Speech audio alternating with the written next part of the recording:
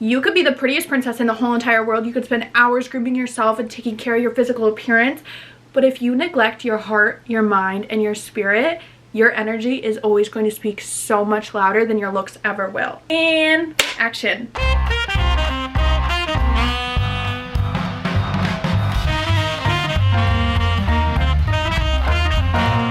Thank you so much for reporting to duty for the Pretty Princess Command Center episode 29, where I'm going to teach all you pretty princesses exactly how you're going to do a weekly glow up so that you can make sure you're stepping into each and every week with your best foot forward, just getting all your shit done, being that fucking bitch, okay, being the girl of your dreams. Because yes, the monthly glow ups are cute and everything and they are so much fun, but you are going to see such big changes in your life once you start prioritizing every single week the same way you prioritize every new year or every new month. And as always, if you want to become an official Pretty Princess and join the Command Center, all you have to do is subscribe. So shall we get into it? I think we shall. First things first, ideally this weekly glow up should be on Sunday during the day, or you could start it later in the day, whenever you want. Just make sure it's starting before your week. So even let's say your week technically starts on Wednesday, like let's say the way that your work schedule works out, you end up, you like Wednesday is your Monday, okay?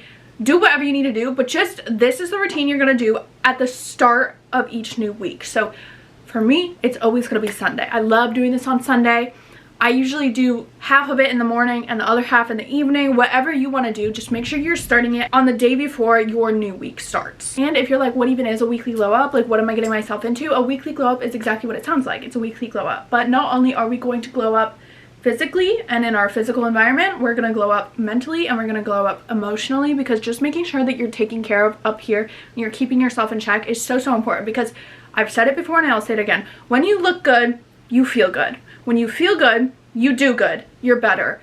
Everything in the world and in your reality just gets so much better. And then also on top of that, if up here is so pristine, crystal, top notch, like diamond, like amazing energy, why would you not want that to reflect with your outer appearance? So with that being said, let's move into phase 1, the physical glow up. We are going to start with the physical glow up side of this, just because there's nothing like setting the vibes right when you're like fresh and clean and you've already done your glow up and you've cleaned your environment. So let's get into it. So I am sure you are hoping to hear a full rundown of a cutesy girly self-care routine right now, but we can't start there. We can't start there because part of our physical glow up does include our environment. So we are going to be doing our chores.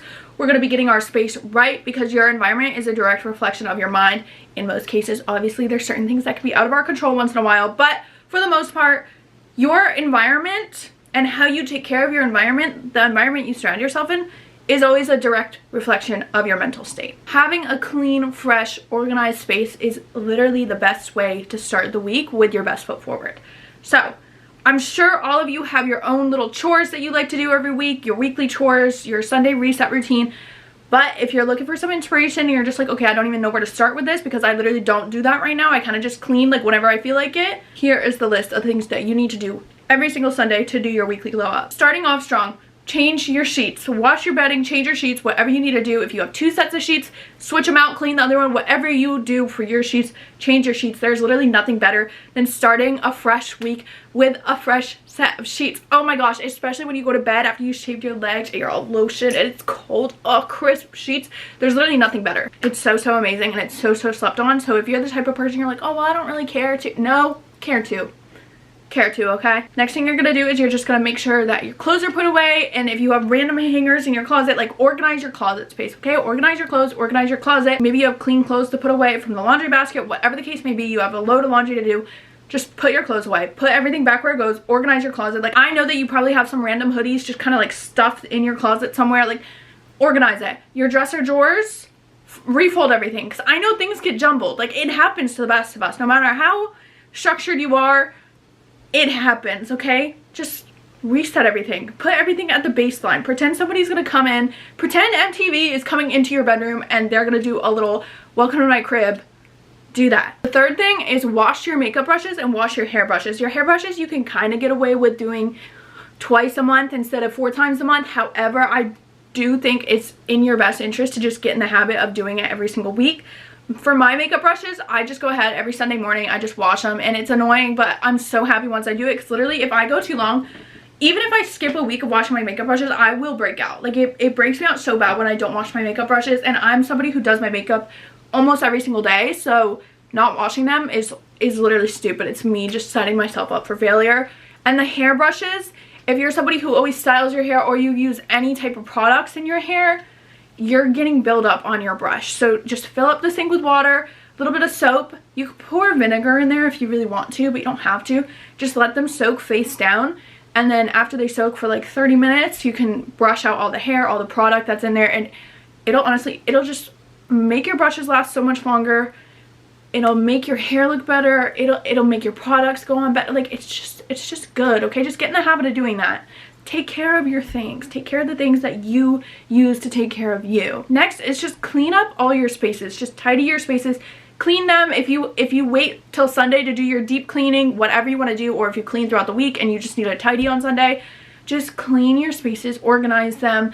I know that your makeup drawer is probably a mess. You probably have random stuff on the kitchen counter. Like, just clean your space, get it organized, whether it's just your bedroom that you're in charge of or your apartment or your house or whatever the case may be. Just get everything organized, get it clean, get it tidy.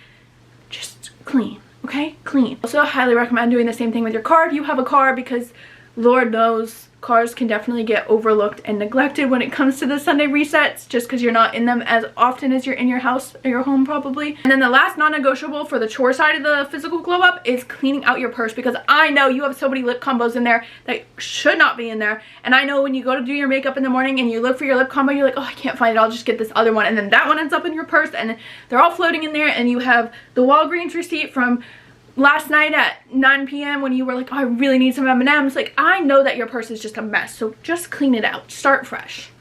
That's all we're trying to do here, is we're just trying to clean the slate. Start fresh. So now that everything's clean and everything's fresh, we can take care of this and we can glow up this, which honestly is one of the most fun parts of this glow up, because like, hello, who doesn't love to do a little pampering session? So here's the list of the self-care non-negotiables that you're gonna do on your weekly glow up. We all know her and we all love her, the everything shower. Oh my goodness, they're so good.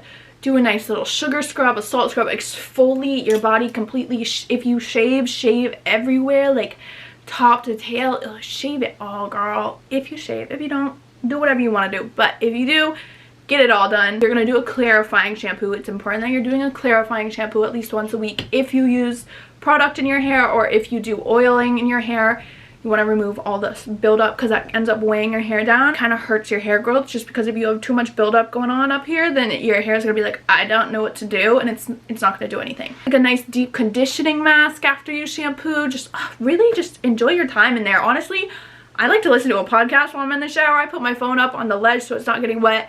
Listen to a podcast. My everything showers, when I know I'm gonna be in there for like 15 minutes, I bring on a glass of ice water. Some people think that's weird, but I'm sorry, you haven't lived until you've tried drinking ice water in a boiling hot shower. Oh, it is life-changing. Then you're gonna take care of your skin, okay? Do a nice little face mask moment. Maybe do a nice gua sha routine, maybe a little bit more in-depth than the one that you do during the week. Or if you want to dermaplane, I know some of the estheticians don't like the at-home dermaplaning, but it is what it is. If you want to do a little mustache wax, whatever you want to do, just groom yourself. Like, groom your face, you know what I'm saying? Like, if you pluck your eyebrows or wax them, thread them, whatever. Personally, for me, I definitely just go in every week with tweezers and I pluck my eyebrows and I shape them and I cut them, trim them with scissors. I don't really prefer letting them grow out to get them waxed, but that's just me. This one, oh my gosh, this one is probably one of my favorite parts, but teeth whitening. Just a little teeth whitening strips is really all you need. You can use one of those little like gel things that you paint on the gel and then you use the LED thing, but honestly, any whitening strip will work. You could get like Walmart brand ones, you can get the Crest ones if you want. One of my favorites, it's actually, you could get them on Amazon. The brand is called Aura Glow, but I really love them because they're good for sensitive teeth and they have these little dots on them that kind of help stick them to your teeth. My pro tip for that is, if you see the whole sheet, it has the top and the bottom, cut them in half lengthwise, so then you end up getting double the amount of whitening strips to use, and then also they don't really irritate your gums because they're not touching your gums at all because you've shortened them to only fit your teeth. That's my pro tip for teeth whitening. But I love a good teeth whitening session. It's so good. If you are a self-tan, spray tan girly, do a nice little coat of self-tan because you know you already exfoliated everything off. Nothing like a good crisp fresh spray tan on a Sunday. It's just perfect. This isn't gonna work for everybody, but if you are a press-on nail girly or you just do your nails at home or whatever you do, having a new set of nails on Sundays is just so good, and just giving yourself that weekly manicure, because especially if you do use any type of fake nail, so whether you do acrylic or gel X or whatever you do, letting your nails have a full day to breathe. Like, take your nails off in the morning, pamper them, give them a nice little soak in some, you could do like rubbing alcohol, a little bit of oil, water, and soap, just so the rubbing alcohol kills all the bacteria, because I don't care how good you are at taking care of your nails.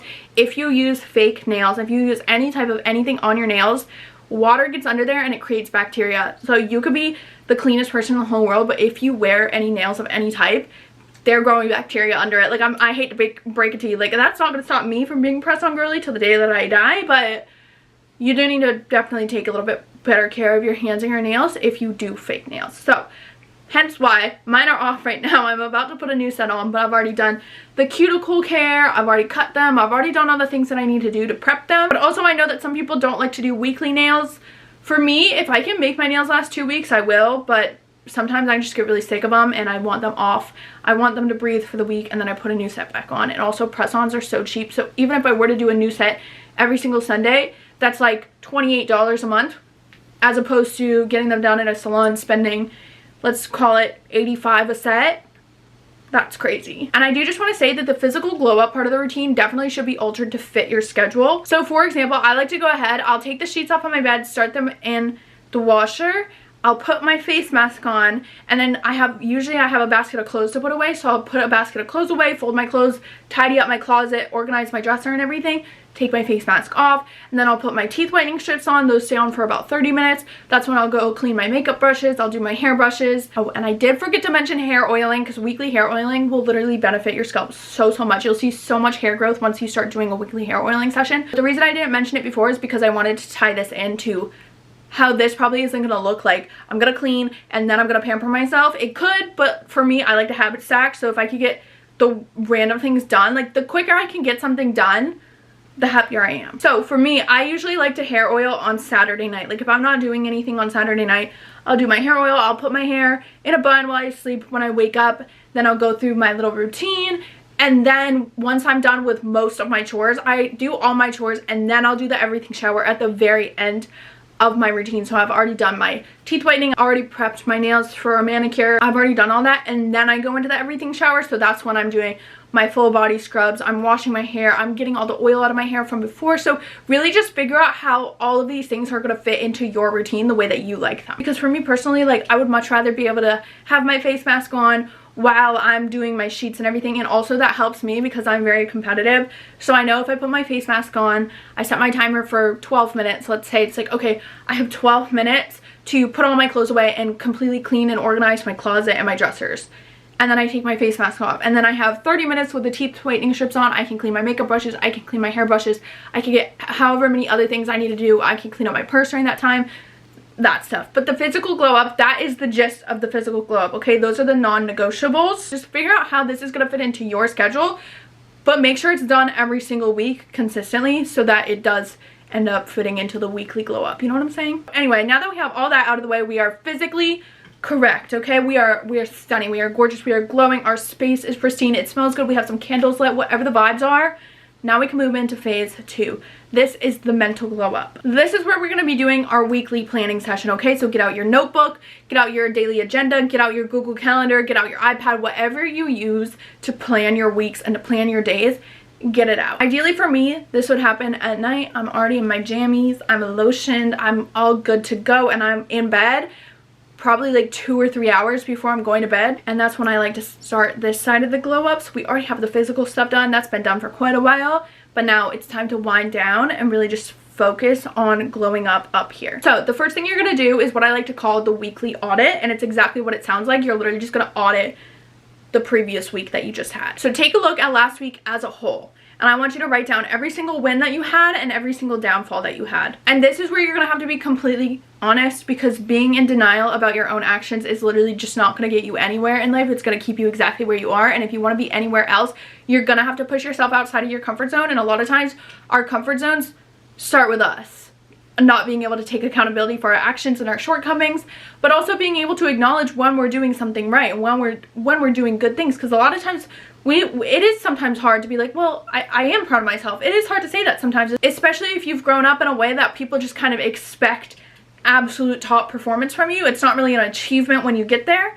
But no, take time to be proud of yourself. Take time to write down the wins. Take time to be like, you know what? I did achieve all these goals that I set for myself. And you know what?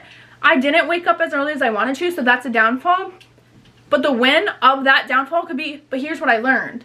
Here's what I changed. Here's what, you know? It could be anything like that. Just audit your week. Just see how it went last week. I personally like to do my weekly audits on my Notion page, because when I go on my Notion page, I have my yearly goals, and then under my yearly goals, I have my quarterly goals, and then under each quarter, I have the 3 months in each quarter broken down. So, for example, we're in June right now, so I would go under my June tab, and then I would go under week 1, because we're in week 1 of June, and I would write wins and downfalls. But if you're a good notes girly on your iPad, if you want to just literally do Google Docs, if you want to write it down in your phone, I am not a big proponent for using the notes app in your phone, but that's just because it's so chaotic to me. I've never figured out a way to happily use it, but if it works for you, it works for you. You could just write, like, you could just do this in your journal, whatever you want to do. And then the second part of the weekly audit is to set goals for next week. So ideally, you're going to pick 1 to 3 goals, very achievable, attainable goals that you want to achieve next week. Ideally, these should be related to your monthly or yearly goals, just because that makes the most sense. Like, why would you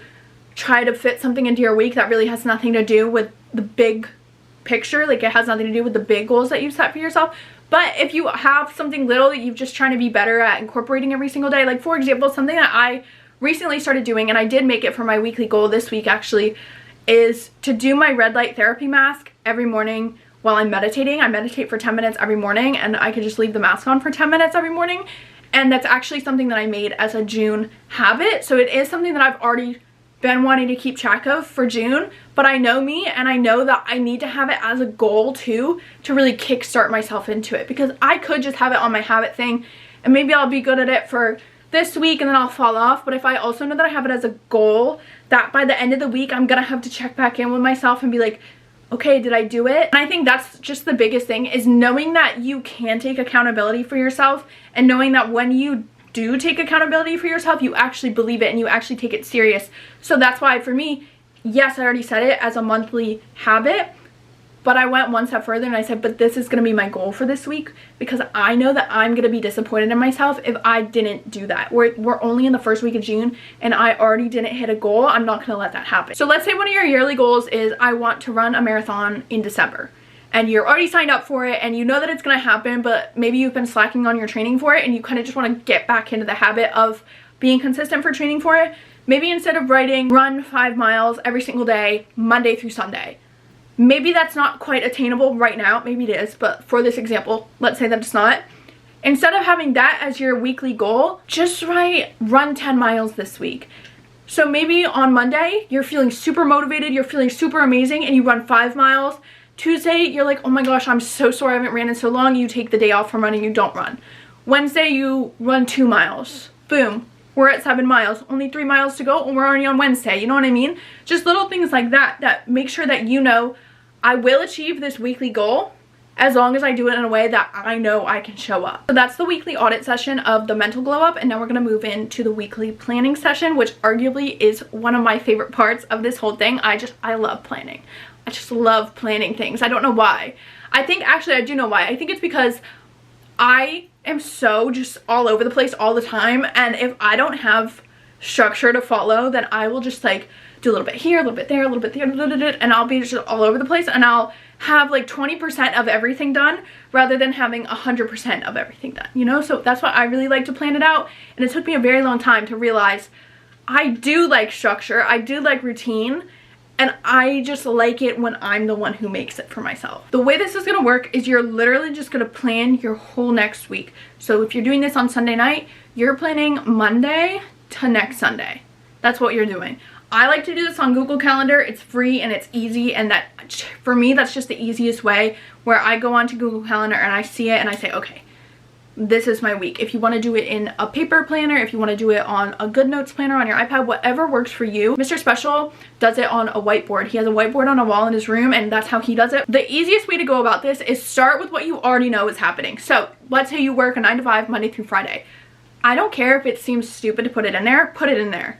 Monday through Friday, you're blocking out the times from 9 to 5 as work. And you might want to say like, well, I already know that it's happening, so why would I bother writing it in my calendar? Like, I'm not going to forget to go to work. Yeah. Just trust me on this one, okay? Because it's going to come back into play. The first half, you're putting in stuff that you know is going to happen. So the work blocks, if you have any appointments that you know are coming up, or maybe you have a standing meeting or whatever it is. And then on top of that, put in your non-negotiables. So if you're working out, if you're scheduling in a run, don't just say like, oh, I'll run on Tuesday. No, put it in your calendar. Put it in your calendar. When ideally would you like to get that done? Plan your week in the way that you would be most happy going through that week. If you're somebody who doesn't like to have gaps in your thing, so let's say you schedule a workout from 6 a.m. to 7:30, and then you have this huge gap and it's like work at 9. If you don't like seeing that gap, literally just fill it in. Be like, shower, breakfast, get ready. Whatever the case may be. Personally, like, I hate having those gaps. They stress me out. I like seeing, okay, this is the time that I'm showering and getting ready. Even if I know that already, like even if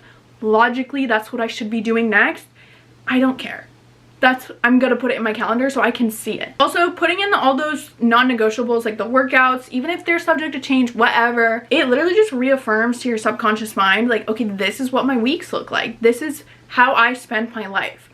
Seeing everything on paper, on the screen, seeing everything on the calendar is literally just reaffirming to yourself how you're living your life. And then you can really see like, oh, I really haven't been working towards my goals. I really haven't been doing anything that I should be doing. I keep telling myself that I'll work out, but I don't schedule it in, so I end up only working out once a week when my goal was to work out 4 times a week.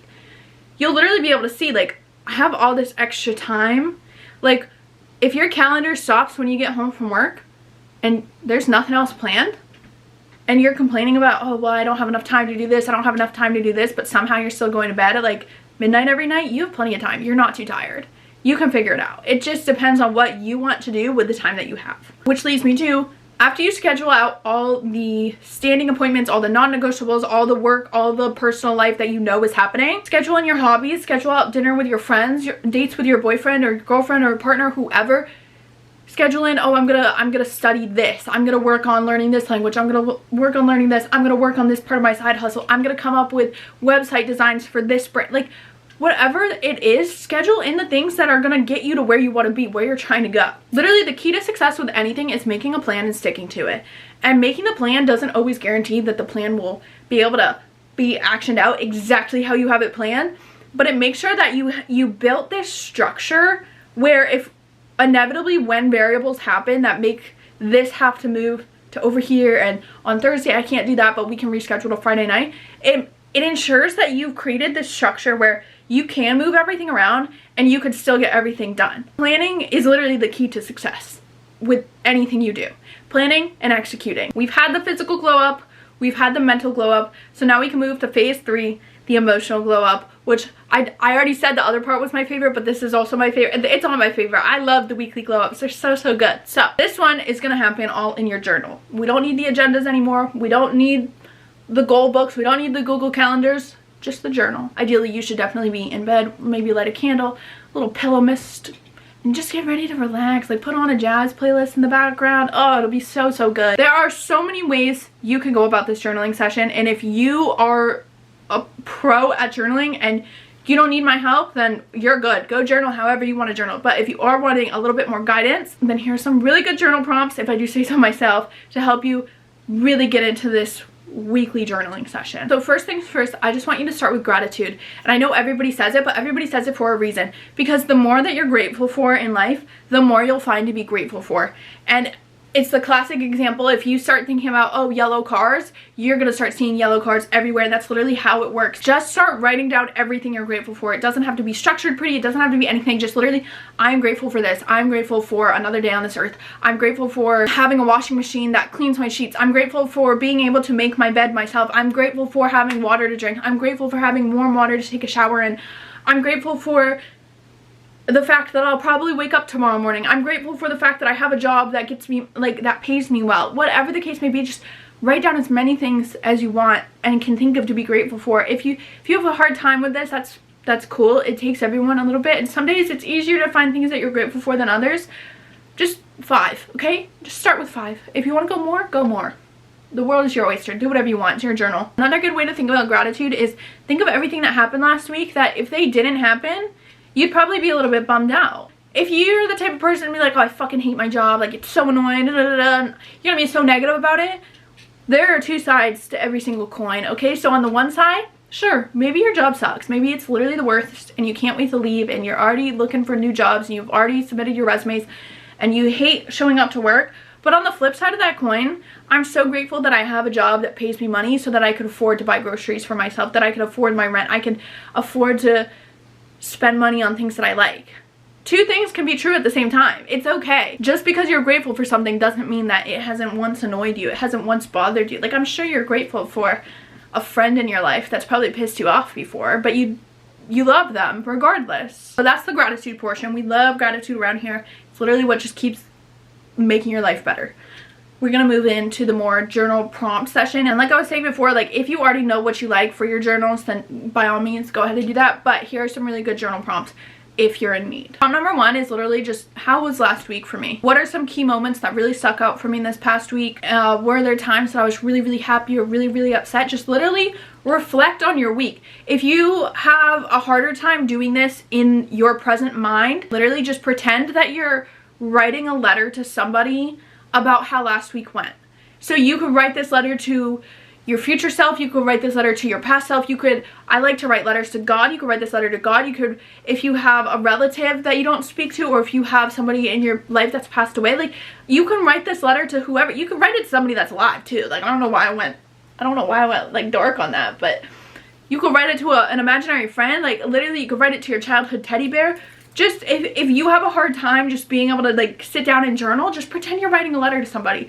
So be like, dear so-and-so, here's what happened last week, here's what made me really happy, last week was overall pretty good, or last week was overall, you know, pretty not so great, but here's some moments that I was grateful for, but here's what really pissed me off.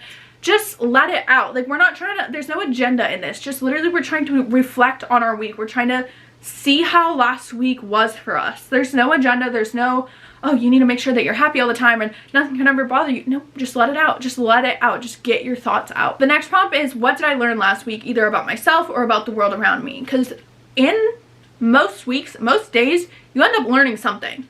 You end up having either a tiny little epiphany or a big, huge light bulb moment about the world around you, literally a random fun fact, or like you learn something about yourself, how you handle situations, or how you've seen growth in yourself and like what caused that. And then next, this one kind of ties into the wins and the downfalls we did in the mental glow up, but literally just what did I do last week that I was super proud of or made me super happy, and what could I have been better at last week? And I've said it before and I'll say it again, but be completely honest with yourself. This is not going to work if you can't be honest with yourself. Nobody is reading these. These are for you and you only, and it's going to be so refreshing to look back on these in even 2 months time and just see where you were at mentally and see the growth that you're going to inevitably have because you're taking such good care of yourself. The next prompt is, what would make this upcoming week amazing? What would just make it so over the top extra amazing? This could be actionable steps that you could take, so maybe it's something that you want to make sure that you're doing and you're prioritizing, or it could literally just be like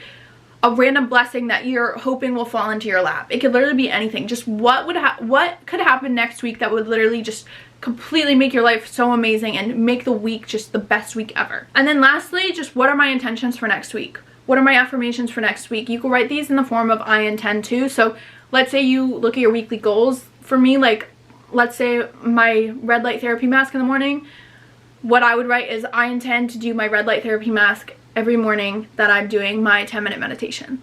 Literally that simple. And I know maybe it seems frivolous, but literally every single thing you do is rewiring your subconscious.